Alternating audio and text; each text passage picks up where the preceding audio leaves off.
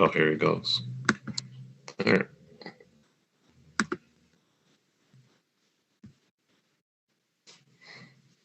All right. Hello, Mr. Morris. Thank you for joining us. Okay. How do you read me out, Mr. Munroe? I'm doing good. Okay.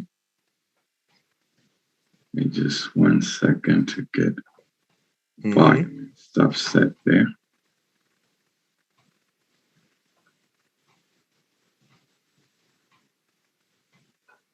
Okay. Just 1 second.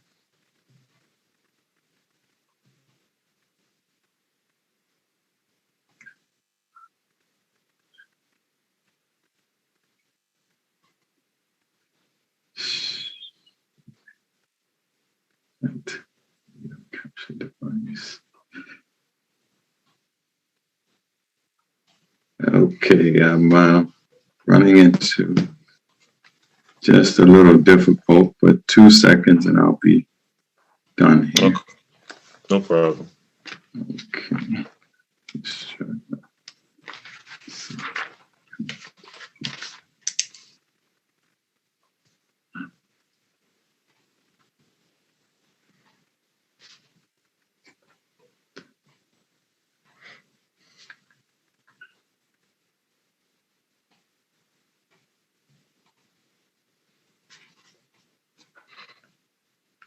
Okay, I'm just going to start from where I'm at. Okay. Okay, so. Okay, it's asking me if to ask you if it's okay if I record the meeting. Yeah, that's fine. Okay, thank you. Give me 1 second. Let me allow it. Yes, you can. Okay. Good afternoon, everyone. Evening. My name is Morris Bailey, and I'm very happy to be here to get this opportunity to speak with your group. It's a pleasure and a privilege, to get to speak with you guys. And I hope that I can answer some of your questions in regards to income tax and a couple other things on basic business. I've been preparing taxes for many years. I go back to when the situation was actually doing everything by paper. And if one thing changed, you had to change each and every sheet of paper. Right now, not just the COVID, but the overall situation of the government and the country is really putting a strain on that business in particular. But wherever there's a will, there's a way. So I don't know how you would like to do it, Mr. Munroe, whether we should start with a particular question and answer situation, or me to just give you some thoughts on where we're at right now with 2020 with taxes. Yeah, we can start off with where we're at with 2020 taxes, and then I say we can open up the floor for questions right after. Okay. Sounds good with everyone? All right. Okay.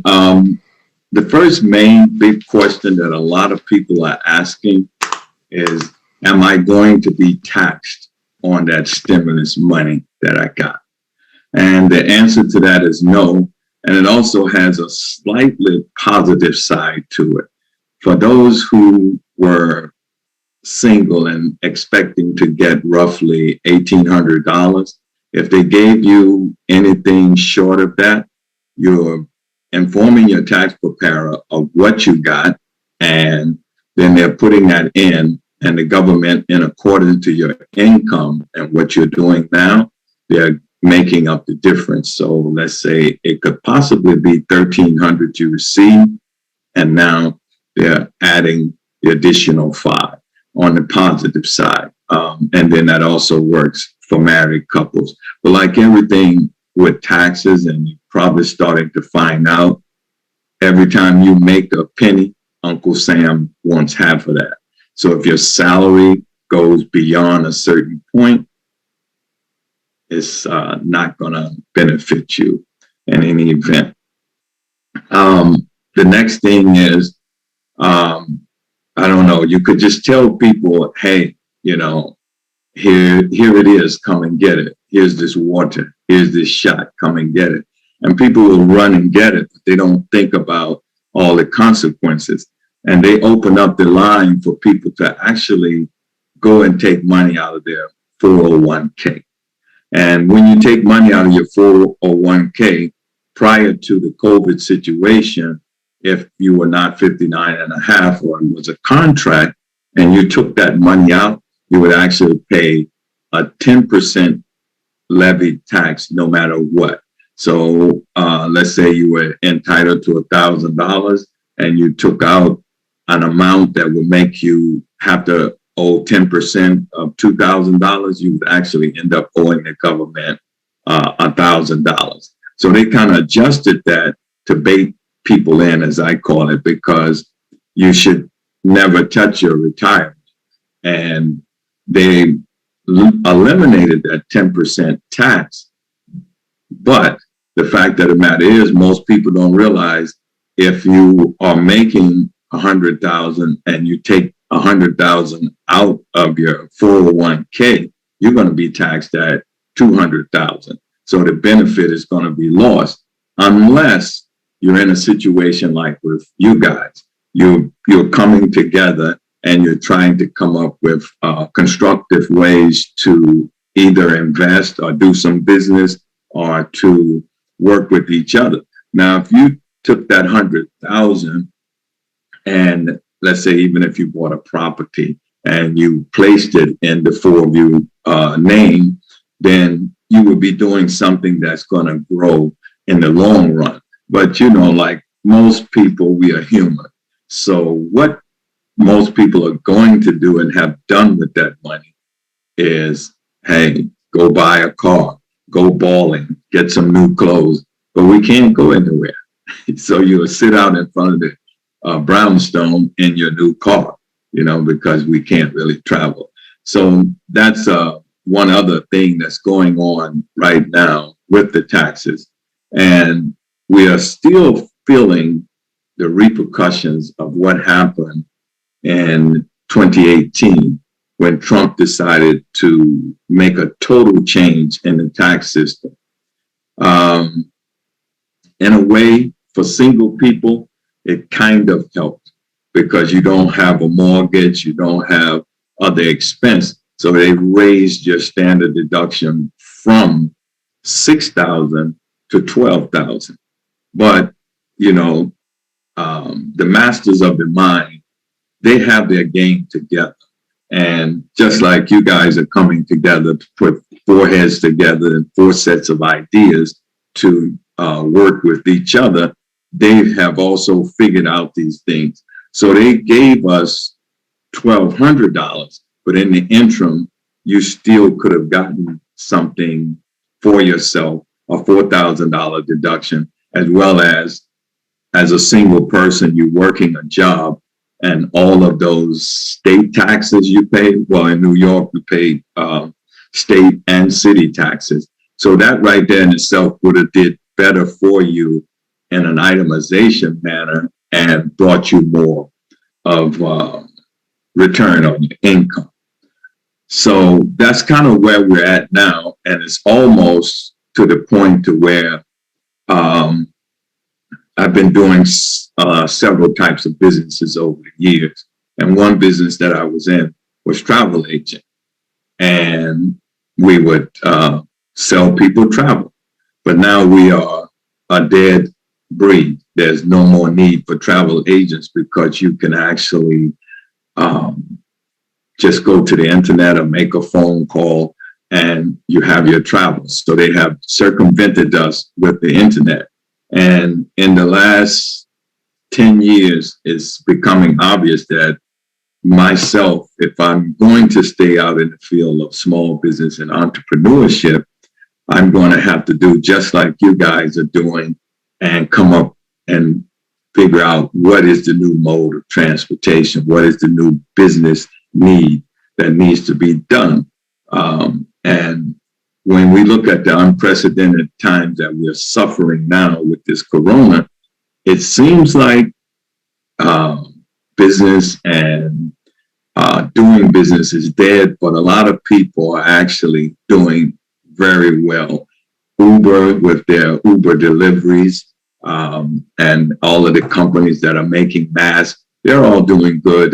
The sanitizing companies, they're doing good. Let's say maybe you guys, if you were looking at something like that, it'll be an age-old employment field, cleaning house, something that we know we had as African Americans and descendants of Africa, we have long passed that stage, cleaning house and stuff. But you could actually head a corporation that does this sanitizing, covert certification, so they're putting a new spin on it, but it's still the same thing. You get your manpower and people get out there and they do the legwork while you do the investment and management part of that. So, but one thing that I think about when it comes to younger people, and when I was in that position, when you build a basic financial base, and I was always telling Miss Charles that the last thing you want to do is go into your 401k. When you look at it, I don't know how close you guys pay attention to your quarterly statements, right? But you kind of know that if you had $100,000 in the bank, the most they would give you is $10 interest for the whole year. But yet, if you try to borrow money or you take a credit card, in these crazy times, they want 17% or plus, depending on your record. So if you look at your quarterly statement, you could have as little as $10,000 in a 401k and gain a quarterly payment of around $100, depending on the fund. So that's $400 a year. So if you had that same $100,000 in a 401k, roughly speaking, just throwing some numbers out there from different things that I see. I apologize for that, but let me just go ahead and turn this thing off here. It's just that time, again, tax time, so they're going to be buzzing. So if you had $100,000 in there, you could be getting roughly anywhere north of $500 to $700 a quarter. So it's just like something that you have to sit on. But what I did was a schoolmate of mine told me, he said, to prepare for Christmas, what his mother would do was all year long, she would buy U.S. savings bonds. And that's how they would have their Christmas. So as I was coming along in my work career, I said, okay, I will get in this 401k, but I will set up a buffer zone. So the first thing I did was put some money in a savings account. The second thing was to buy CDs. Then the third thing was to buy U.S. savings bond, and then the 401k. So that even when emergencies come up, or if I wanted to go on vacation or something, I would take money out of that savings account because that's where I was getting my least bang for my buck. So if you put a buffer in between that 401k, you should be able to recover before you have to touch it. And when it comes to what's going on out there in the world of employment and self-employment, entrepreneurship, if you're on a job that has a 401k, aside from the interest that you gain on that 401k, the biggest savings is that if you make $1,000 a week and you don't put any money in that 401k, your taxes could be, let's say, $300. But then if you put a certain amount of money into that 401k, right? Instead of your taxes on $1,000, let's say you knock it down by $300. Now you only pay taxes on $700, but you still save $150. So that actual $300 that you save doesn't cost you $300. You know, of course, we kind of feel it, we kind of see it, but if you have yourself in a long-term field or a long-term job, because there are a lot of 401ks that you can actually just transfer to your next job. You know, just bring it over, flip the money over. A direct transfer is called, and they would put that in there for you. So you would feel it. But what I tried was each time I got a raise, okay, I got a 2% raise. It's very small. You know, let's say it came out to $10, right? But I was making it before I got that raise, so I could make it if I only increased myself by 10%, $10, right? So now with the $10, I would split that up. I'll make sure I give the 401k 5, and I would pay myself with 5, right? And when it comes to the 401k, I kind of think I found a pattern, and you guys will have a lot of time to look at that once we get back to normal, I guess, as they say, right?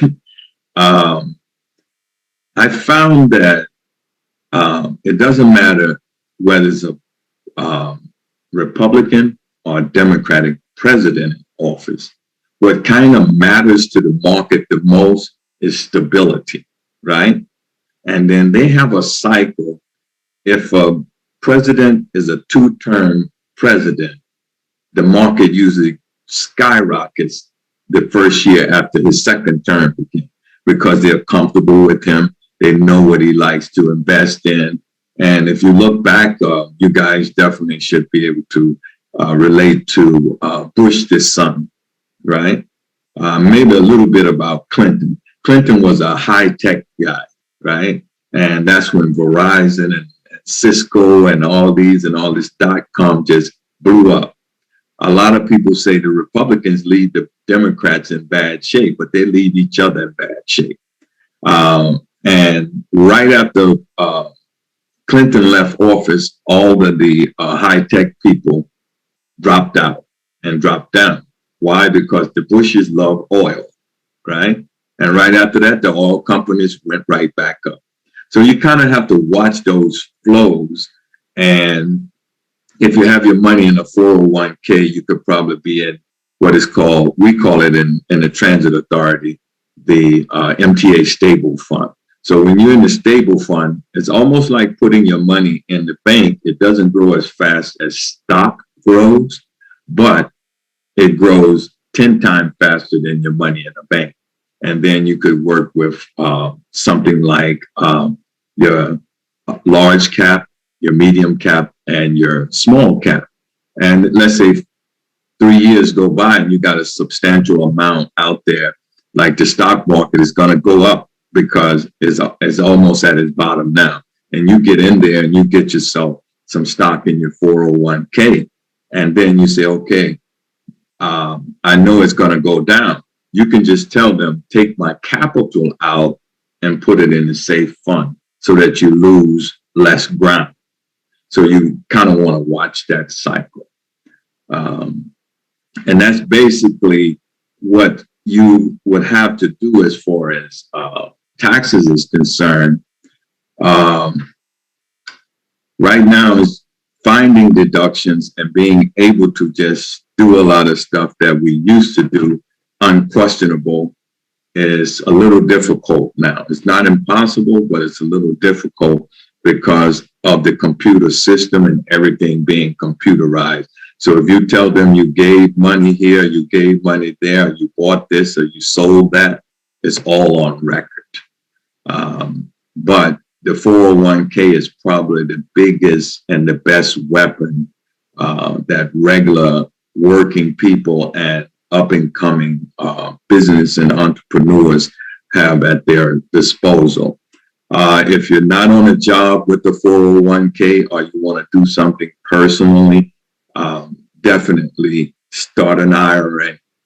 IRA mutual fund is just as good as a job 401k with limitations, because if you make more than that basic income, you won't get a deduction during the year because you'll be over the amount. But you just have to keep a record and make sure you file it so that down the road, when you get your disbursements, it's not taxed because you didn't get a tax deduction when you were investing. So we'll move right on into the next phase, and any questions in regards to your particular tax situation or something that I said.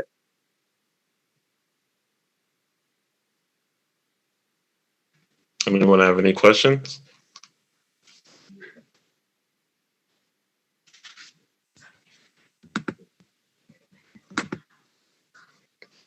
I'll start out with one. Do you feel it's wise to, so I have a 401k at my current job. Do you feel it's wise to also invest in an IRA as well? Well, the situation with that is, right, that tax situation I gave you, if your 401 on your job will allow you to do, which they have kind of became diversified, if they will allow you to purchase an IRA or an IRA Roth through your job, that's the way to go, because you're still going to get that benefit of lowering your $1,000 down. But if you come outside and you deal with some of the other open marketplace, you would say, per se, that same $700 I talked about, you just change that to be $850, right? Now you want to do something on the outside, buy into an Ameritrade or buy into a Robinhood or something like that, right? Now you got to take that $150 you save, because now it's after tax money. So you get taxed on your $1,000, and then you turn around and you take $150 and you place it into an investment. So now you're using that discretionary income that you saved for yourself, that $150. Does that answer your question? Yes, that did. Thank you. Mm-hmm. Makes sense. Okay.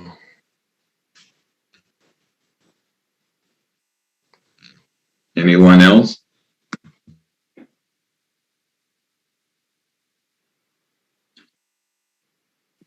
No other thoughts on? Go ahead.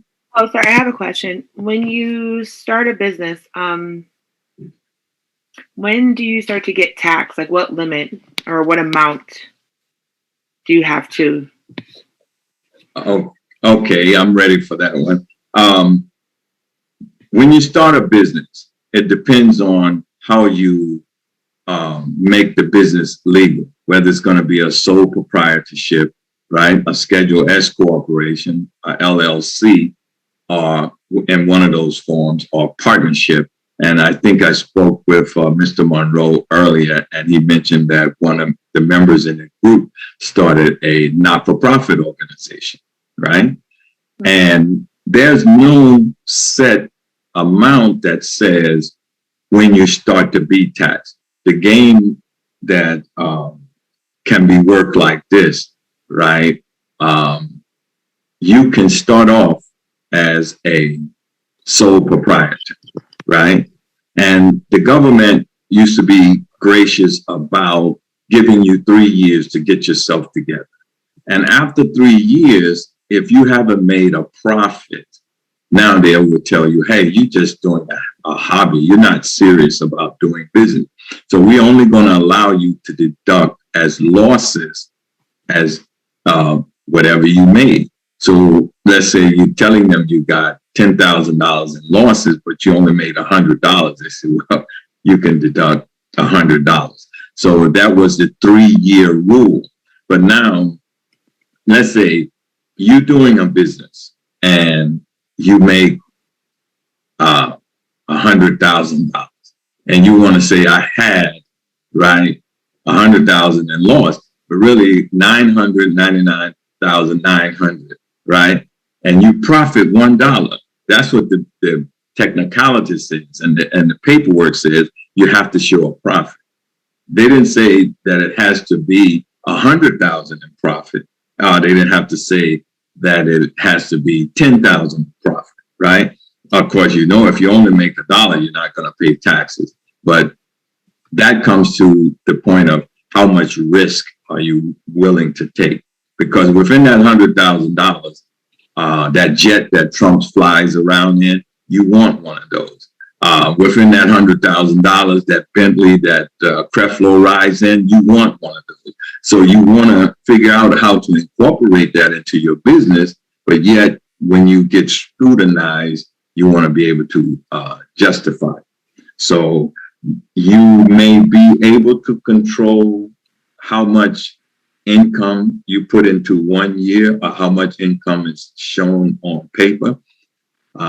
There was a time we used to handle a lot more cash, but now everything is done through some type of app or through some type of banking situation.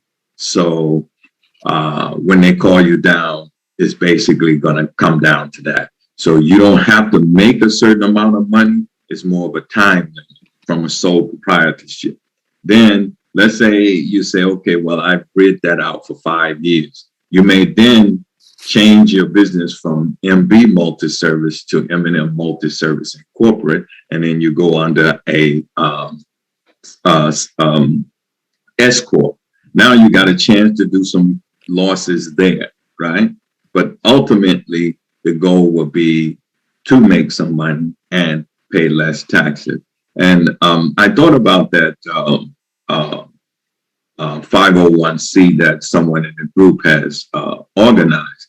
And sometimes people would go and organize as a 501c thinking no taxes. But that's not really the case. It's all about this sustainability, doing good to do good, as they say in the corporate world, all these fancy terms, right? But really it means I'm going to get somebody to give me some money and I'm going to do a certain amount of things. I may help some people, but a 501c can take money from other people, and the person who gives them the money may benefit more than the company that gets it. Your main job with a 501c is to be able to account to the government that you spent that money on a particular purpose and that you did not just squander the money when you brought it in. And if it's say, okay, it's 4 of you guys and you got this grant or you got this money, right? Well, the person who started the 501c has to get a salary for being the CEO. And then all your other branch members, your manager, your marketing and all of that, these people have to be paid. Now, they're not tax exempt, right? So the members in the organization are the workers. They're going to get paid out of those funds, but yet they're going to be taxed. The premises of the whole thing with that is that you are not supposed to retain earnings. It's okay, again, here, if a kind of backdoor way, the group buys a building, right? And the 501c rents the building, right? So you're kind of taking care of yourself, but yet you're doing good because you are setting up mothers with education after school or what have you. You're doing good, but also you're benefiting from doing good. I hope I didn't get too far off of your first question, Thank you. I have a lot of Googling to do because half of those terms, I know. but I wrote it down. Thank you. Okay, and also I asked Mr. Munroe to record it, so you guys can kind of play it back again there, when you get an opportunity. And as they used to say, who's next? Come on down. Anyone else?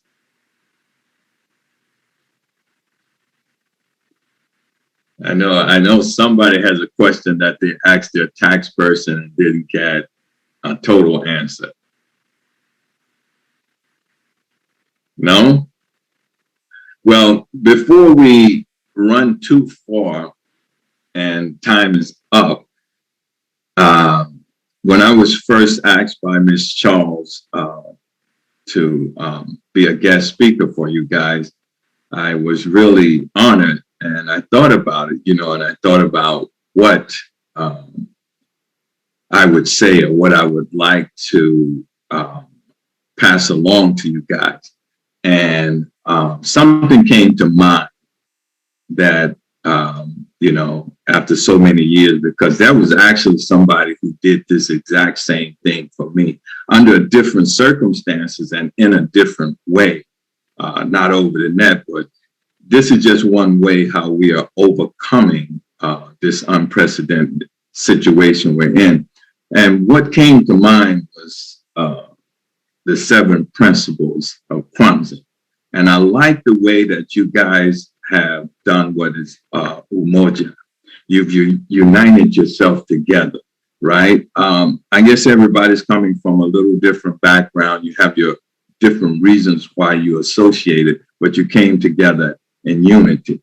And then even though out of this unity, you're working to speak for yourself through Kuji Chugalia, and making a statement and being somebody, but yet working together under Ujamaa, the collective works and responsibilities of others. Ms. Charles informed me that you each kind of go out and find a person or somebody from a different area or some person who you've had associations with during your life, right? And then that brings to Ujamaa, the collective economy or the corporate economy, where eventually somebody's going to do something. Let's say like me and Miss Charles. I've known her a very long time.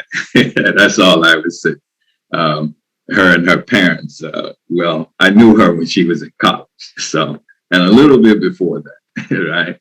So, you through that economy and through that working, sometimes you give of yourself, but eventually something is going to come back to you. And that nia, that purpose and that intent is for everybody to do good. It may be an exchange in ideas, it may be an exchange in money and in thought, but eventually it's going to come to kuumba, creativity, right? And you will come up with ideas and things and ways to deal with, like I said, when these changes come about, and they're drastic sometimes and they outrun us sometimes, but we eventually catch up. And, it's like, okay, probably you guys have the faith that you're eventually going to not only make it through this situation, but also you're going to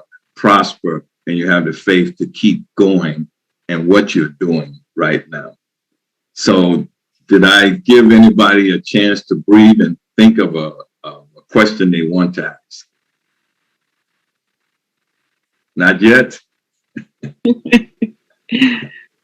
Okay, go ahead, Ms. Charles. No, I just want to say thank you for taking the time out to come and talk with us. I know sometimes when it comes to tax season, a lot of times we're kind of like, confused and not really knowing too much. This is something that needs to be taught in high school that you kind of learn when you get your first paycheck and you're like, where all these taxes come from? So definitely hopefully gave us a good foundation where everyone understood. Yeah. Okay, and thank you for that. And I know we are getting close to our time, and I wish we had some more time and a few more questions. But as you keep going, you always get so that you're long-winded. So the second part of that, and I see, is that your brother? No, someone on an iPhone. Is that your brother? Yeah, I don't know if his face is showing. No, I see an iPhone. Yeah. Oh, yeah. Okay. So the second part of that is what most people are referring to as a mantra. And the mantras have became very strong for me now. And these are actually borrowed works. And if it starts off something like this, and this is for you guys, champions are made from something they have deep inside of them. A desire, a vision, a dream. They have to have last minute stamina. They have to be a little faster. They have to have the skill and the will. And then there's strategies. Strategy is a style of thinking, a conscious and deliberate process, an intensive implementation system.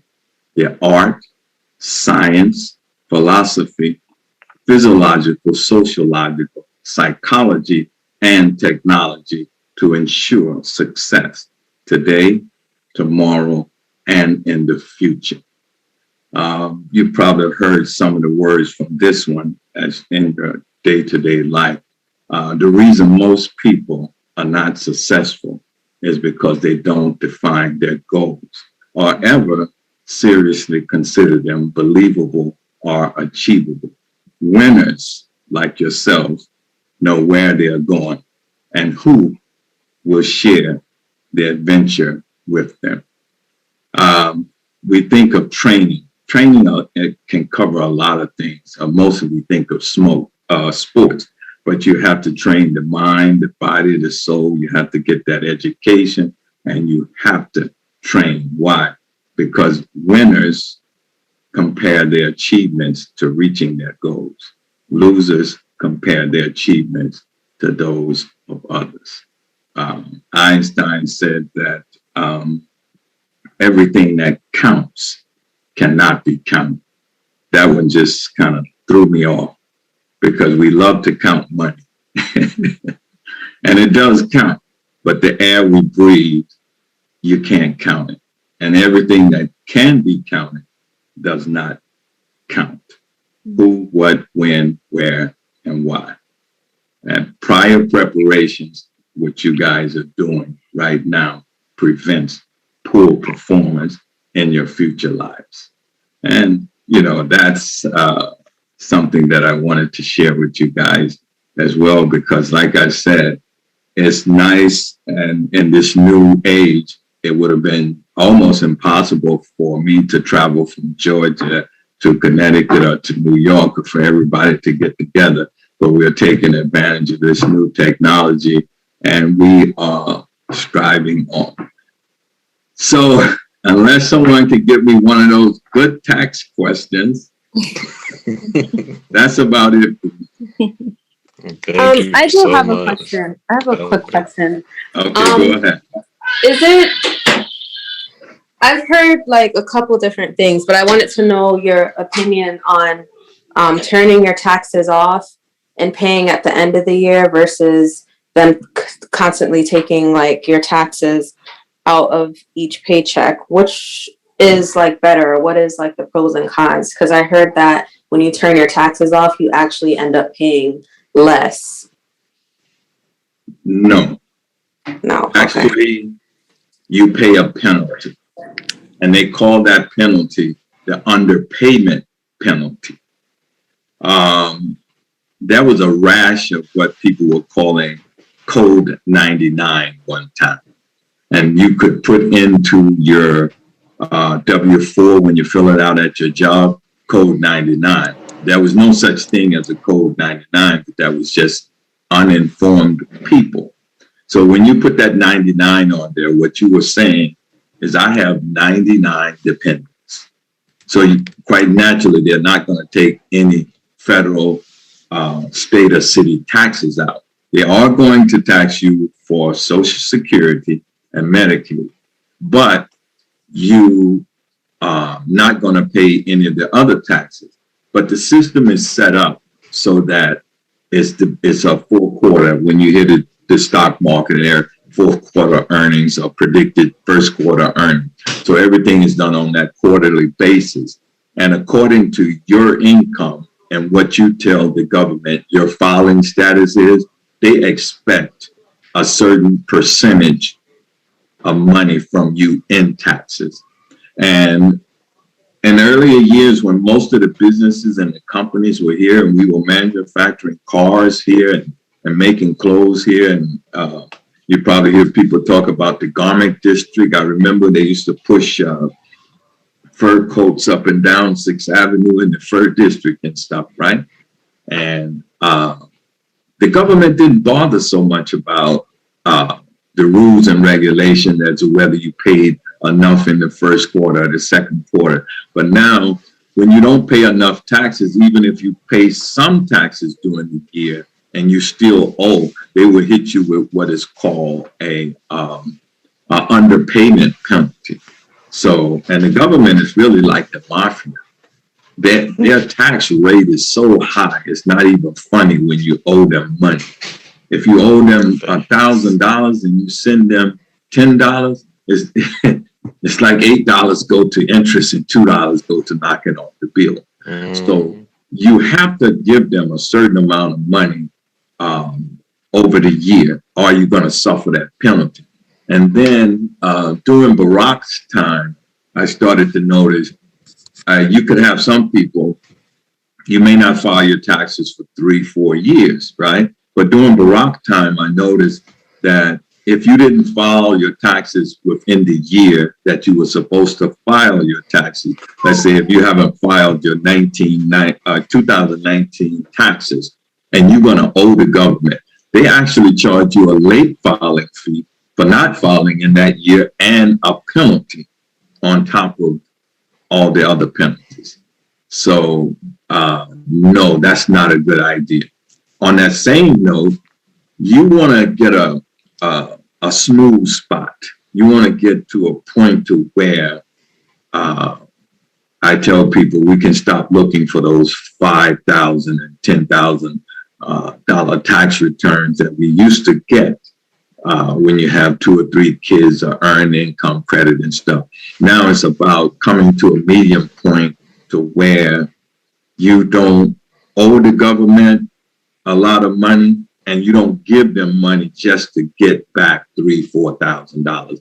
And the reason I'm saying that, going back to the 401 situation, you are trying to make investments and things that are going to build not just a little money, but assets and wealth over the long haul, right? So let's say some people used to think, oh, well, I will claim 0. That way I'll pay a whole lot of taxes during the year, right? And then at the end of the year, when I file my taxes, I'll get it back and that'll be like a savings. Uncle Sam is is something else to deal with. He's nice, but he's something else to deal with.